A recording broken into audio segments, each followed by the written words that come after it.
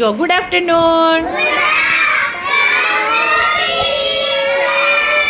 જો આપણી ગુજરાતી અધ્યયન સંપુટ એનું પેજ નંબર 46 એમાં એક વાક્ય આવે છે 7 નંબરનું. જુઓ, ગજરાજ બજારમાં આવે છે.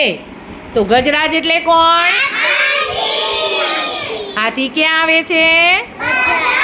બજારમાં. તો જો આજે સવારમાં સરસ મજાના હાથીભાઈ આમ ડોલતા ડોલતા જાતા હતા ને, તો મેં વિડીયો બનાવી લીધો તમને બતાવવા માટે. જોયા ને હાથીભાઈને? તો ગજરાજ એટલે કોણ? હાથીભાઈ ક્યાં આવે છે?